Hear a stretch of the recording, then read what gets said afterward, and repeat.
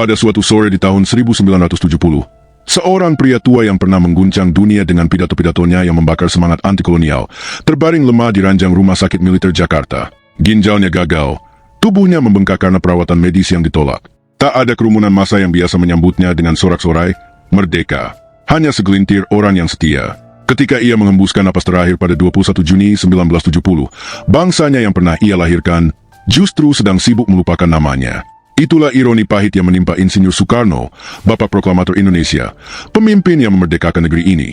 Tapi di ujung hidupnya diperlakukan seperti musuh oleh generasi yang ia perjuangkan.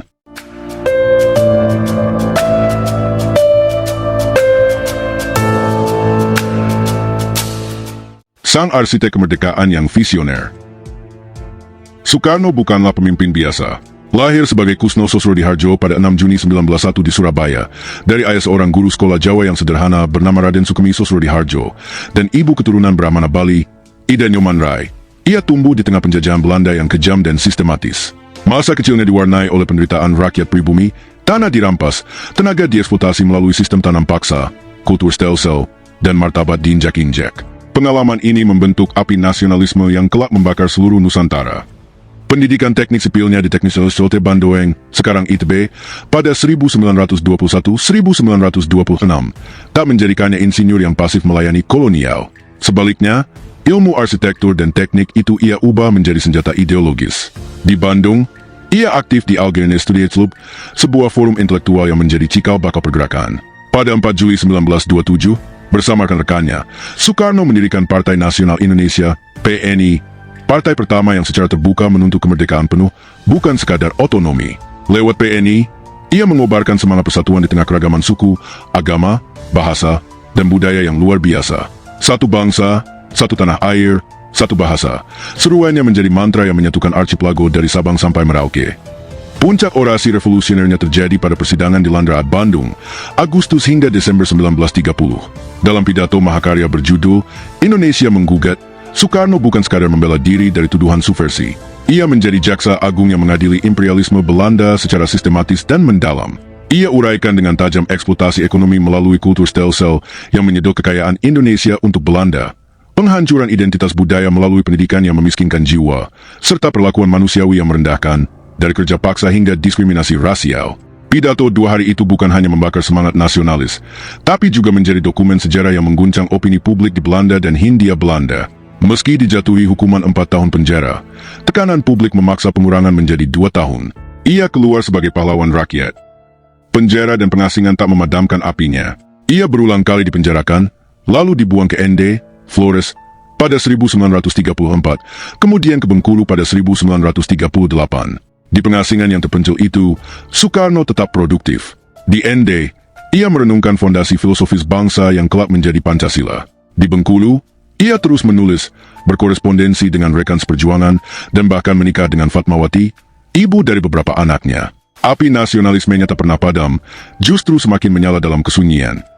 Ketika Jepang menduduki Hindia Belanda pada 1942, Soekarno memilih jalur yang kontroversial tapi pragmatis, bekerja sama dengan Jepang untuk memanfaatkan momentum Perang Dunia.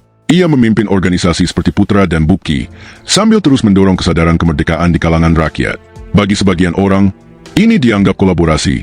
Bagi Soekarno, ini taktik revolusioner untuk merebut kemerdekaan dari tangan penjajah yang melemah. Klimaksnya datang pada 17 Agustus 1945. Di Rumah Pegangsaan Timur 56, Jakarta, bersama Muhammad Hatta, ia membacakan proklamasi kemerdekaan yang singkat namun mengguncang dunia. Satu kalimat itu mengubah sejarah Asia Tenggara selamanya. Indonesia bukan lagi tanah jajahan, melainkan negara berdaulat. Di bawah kepemimpinannya sebagai presiden pertama, Soekarno menjadi arsitek sejati bangsa. Ia merumuskan Pancasila pada 1 Juni 1945 dalam sidang Bupki, 5 prinsip yang menjadi fondasi ideologis negara di tengah ancaman perpecahan. Bahasa Indonesia yang ia promosikan keras menjadi perekat nasional, menggantikan bahasa daerah dan Belanda sebagai identitas bersama. Semangat antikolonialismenya tak berhenti di dalam negeri. Pada 1955, ia menjadi tuan rumah konferensi Asia Afrika di Bandung yang menyatukan 29 negara baru merdeka. Forum itu menjadi tonggak gerakan non-blok, menggemakan suara negara-negara tertindas melawan imperialisme Barat dan Timur. Soekarno dengan tegas menyatakan, kita bukan objek sejarah, tapi subjek sejarah. Visinya tak hanya ideologis, tapi juga fisik dan simbolik. Ia membangun monumen nasional, Monas, Sebagai obor perjuangan, Gelora Bung Karno sebagai arena kebanggaan olahraga dan kebudayaan, Masjid Istiqlal sebagai simbol toleransi, serta puluhan proyek monumen dan gedung lainnya. Bagi jutaan rakyat yang baru lepas dari penjajahan, Bung Karno adalah penyulut harapan, pemersatu archipelago yang luas dan beragam ini. Ia bukan hanya presiden, ia adalah bapak bangsa yang mengubah Indonesia dari kumpulan pulau terjajah menjadi sebuah republik yang dihormati dunia. Namun, di balik visi besar itu, Soekarno juga manusia dengan segala kerumitannya. Kekuatannya sebagai orator dan pemersatu justru menjadi kelemahan ketika harus mengelola negara yang baru lahir. Itulah dialektika sejarah yang membuat warisannya abadi sekaligus kontroversial. Sang arsitek kemerdekaan telah meletakkan fondasi. Tugas kita adalah memperkuatnya tanpa melupakan akarnya. Kegagalan yang mematikan, demokrasi terpimpin dan ekonomi yang runtuh. Namun, di balik kilau retorika revolusioner dan pidato-pidato membara yang menyatukan bangsa, retakan struktural mulai muncul dan semakin menganga lebar. Periode demokrasi parlementer 1950-1959 yang penuh gejolak, ditandai pergantian kabinet yang cepat, pemberontakan daerah seperti DII, PRRI Permesta, dan polarisasi partai, mendorong Soekarno untuk mengambil langkah drastis. Pada 1959, ia memperkenalkan demokrasi terpimpin, Guida Demokrasi, sebuah sistem yang ia klaim lebih sesuai dengan jiwa Indonesia, musyawarah di bawah kepemimpinan presiden, bukan demokrasi impor barat yang liberal dan kacau. Tujuannya mulia di atas kertas, mengakhiri perpecahan partai, menyatukan kekuatan nasional, dan menumpas pemberontakan daerah untuk menjaga keutuhan republik. Realitasnya jauh lebih kelam. Demokrasi terpimpin dengan cepat berubah menjadi konsentrasi kekuasaan absolut di tangan Soekarno. Parlemen dibubarkan pada Maret 1960 setelah menolak anggaran negara. DPR, Dewan Perwakilan Rakyat gotong royong, dibentuk sebagai parlemen boneka, dan partai-partai politik dilemahkan atau dibubarkan, seperti Masyumi. Soekarno menjadi pusat segalanya, presiden sekaligus perdana menteri, pemimpin ideologi, dan penyimbang antara militer, PKI, dan nasionalis. Sistem ini memang berhasil meredam pemberontakan daerah, tetapi dengan harga mahal, institusi negara lumpuh, checks and balances hilang, dan korupsi birokratis merajalela. Dampak paling mematikan adalah runtuhnya ekonomi. Inflasi yang sudah parah sejak akhir 1950-an meledak menjadi hiperinflasi. Pada pertengahan 1960-an, angka inflasi tahunan mencapai lebih dari 650%, bahkan menyentuh puncak sekitar 1136% pada 1966 menurut beberapa catatan. Rupiah menjadi hampir tak bernilai, harga barang naik gila-gilaan, produksi pangan anjlok, dan kelaparan melanda jutaan rakyat. Cadangan devisa habis, ekspor merosot, sementara impor barang kebutuhan pokok seperti beras tak terjangkau. Pabrik-pabrik berhenti beroperasi karena kekurangan suku cadang, infrastruktur rusak, dan investasi asing kabur akibat nasionalisasi perusahaan Belanda dan Barat. Di tengah penderitaan rakyat, Soekarno justru semakin sibuk dengan politik luar negeri konfrontatif. Konfrontasi terhadap Malaysia 1963-1966 menjadi simbol ambisi nasionalismenya yang radikal. Ia memandang pembentukan Malaysia sebagai neokolonialisme Inggris yang mengancam Indonesia. Akibatnya, Indonesia terlibat dalam perang gerilya di perbatasan Kalimantan, sabotase, dan propaganda besar-besaran. Biaya militer membengkak hingga mencapai puluhan persen anggaran negara, sementara proyek-proyek prestisius seperti Monas, Gelora Bung Karno, dan monumen-monumen lainnya terus dibangun sebagai simbol harga diri bangsa. Rakyat kelaparan di pasar-pasar, tapi istana dan elit tetap bergelimang kemewahan. Ini bukan sekadar kesalahan kebijakan, melainkan prioritas yang tragis, ideologi di atas perut rakyat. Kabinet yang berubah-ubah dan membengkak, dikenal dengan kabinet 100 menteri atau lebih, penuh dengan kroni dan korupsi. Hubungan Soekarno yang semakin dekat dengan Partai Komunis Indonesia, PKI, partai komunis terbesar di luar blok Soviet, semakin memperburuk situasi. PKI didorong masuk ke berbagai lembaga negara, termasuk tuntutan Nasakom, nasionalis, agama, komunis, yang membuat militer dan kelompok Islam khawatir. Sementara itu, gaya hidup pribadi Soekarno yang mewah menjadi amunisi mematikan bagi lawan-lawannya. Dengan menikah hingga 9 kali, meski secara resmi poligami Islam membatasi 4 istri, termasuk pernikahan dengan Hartini 1953, Dewi Soekarno, Naoko Nemoto, dan lainnya, serta perselingkuhan yang menjadi bahan gosip publik, citranya sebagai pemimpin revolusi ternoda. Istana dipenuhi kemewahan di saat rakyat menderita. Secara argumentatif, Soekarno memang visioner luar biasa sebagai pemimpin revolusi dan pemersatu bangsa. Namun, ia gagal total sebagai manajer negara. Seperti dikritik banyak sejarawan, ia lebih unggul dalam membangkitkan semangat daripada mengelola anggaran, produksi, dan tata kelola. Ego nasionalismenya yang radikal, ditambah doktrin berdikari, berdiri di atas kaki sendiri, membuat Indonesia terisolasi dari Barat. Bantuan ekonomi dari Blok Timur, Uni Soviet dan China tak cukup untuk menutup lubang yang semakin dalam. Sementara nasionalisasi massal justru menghancurkan efisiensi ekonomi. Hasilnya, pertumbuhan ekonomi stagnan atau negatif di akhir periode, kemiskinan massal, dan ketidakstabilan yang menjadi pupuk subur bagi perubahan rezim. Kegagalan ini bukan sekadar kesalahan pribadi Soekarno, melainkan tragedi sistemik dari sebuah revolusi yang belum selesai. Demokrasi terpimpin, yang dimaksudkan menyelamatkan bangsa, justru menjadi benih kehancurannya sendiri. Ia membuktikan bahwa visi besar tanpa manajemen yang kompeten dan nasionalisme tanpa pragmatisme ekonomi bisa menjadi racun mematikan bagi sebuah negara baru. Ironisnya, justru kegagalan inilah yang memberi legitimasi bagi lawan-lawannya untuk kemudian menghapus namanya dari narasi sejarah. Pengkhianatan 1965 hingga 1967 dari Presiden Ketahanan Rumah. Puncak tragedi sekaligus pengkhianatan terbesar datang pada malam yang kelam itu, 30 September 1965, atau dini hari 1 Oktober menurut Soekarno sendiri, yang menolak penamaan G30S. Gerakan 30 September, sebuah aksi yang gagal secara spektakuler, menculik dan membunuh 6 jenderal senior Angkatan Darat, termasuk Ahmad Yani. Mayat mereka disiksa, dibuang ke sumur di lubang buaya, dan dijadikan narasi horor yang membakar amarah publik. Peristiwa ini menjadi titik balik yang mengubah sejarah Indonesia secara permanen. Peran Soekarno dalam peristiwa tersebut hingga kini tetap menjadi salah satu misteri terbesar sejarah Indonesia yang paling kontroversial. Apakah ia terlibat langsung? Apakah ia dimanfaatkan oleh faksi dalam PKI dan sebagian perwira Cakrabirawa yang loyal padanya? Ataukah ia hanya gagal mengendalikan situasi di tengah ketegangan politik yang memuncak? Soekarno sendiri mengklaim bahwa gerakan itu adalah urusan internal militer untuk mencegah kudeta jenderal-jenderal yang diduga didukung CIA. Namun, narasi ini dengan cepat dikalahkan oleh Mayor Jenderal Soeharto yang selamat dari target pembunuhan dan segera mengambil alih komando strategis. Dalam hitungan hari, Soeharto dan pendukungnya menguasai narasi publik.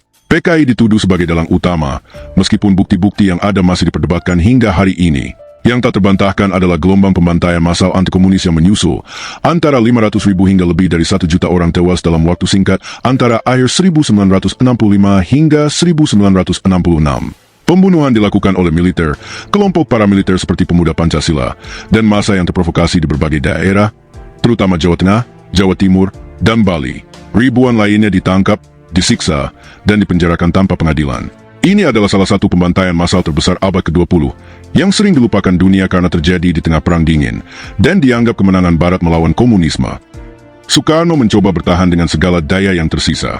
Pada 22 Juni 1966, dalam sidang umum MPRS, ia menyampaikan pidato Nawaksara, sebuah pertanggungjawaban 9 poin yang tegas dan defensif. Ia menolak menyebut peristiwa itu G30 SPKI dan menekankan konteks yang lebih luas. Namun, pidatonya ditolak mentah-mentah oleh MPRS yang sudah dikuasai pengaruh militer. Angin politik telah berubah total. Mahasiswa dari kelompok kami, Kesatuan Aksi Mahasiswa Indonesia, turun ke jalan dengan demonstrasi besar-besaran, meneriakkan turunkan Soekarno, bubarkan PKI, dan tuntutan ekonomi di tengah hiperinflasi. Demonstrasi itu, yang didukung militer, menjadi tekanan politik yang tak tertahankan. Pada 11 Maret 1966, dalam kondisi yang penuh tekanan dan kontroversi, beberapa sumber menyebut Soekarno merasa terancam. Ia menandatangani Supersemar, Surat Perintah 11 Maret. Dokumen ini memberi wewenang luas kepada Soeharto untuk mengambil segala tindakan yang dianggap perlu, guna memulihkan keamanan. Apa yang dimulai sebagai pemberian mandat sementara, berubah menjadi perebutan kekuasaan permanen. Soeharto segera membubarkan PKI, membersihkan pendukung Soekarno, dan mengkonsolidasikan kekuasaan. Pada Maret 1967, MPRS secara resmi mencabut semua kekuasaan dan gelar Soekarno, termasuk sebagai presiden seumur hidup. Ia ditempatkan dalam tahanan rumah di Wisma Yaso, sekarang Museum Satria Mandala, dan Istana Bogor. Kesehatannya memburuk drastik, ginjal gagal, komplikasi lain, karena akses perawatan medis yang sengaja dibatasi atau diperlambat. Permintaannya untuk dimakamkan di dekat istana dengan sederhana ditolak. Ketika ia mengembuskan napas terakhir pada 21 Juni 1970 di Rumah Sakit Pusat Angkatan Darat, bangsanya yang dulu ia proklamasikan justru menyaksikannya mati dalam kesepian dan penghinaan.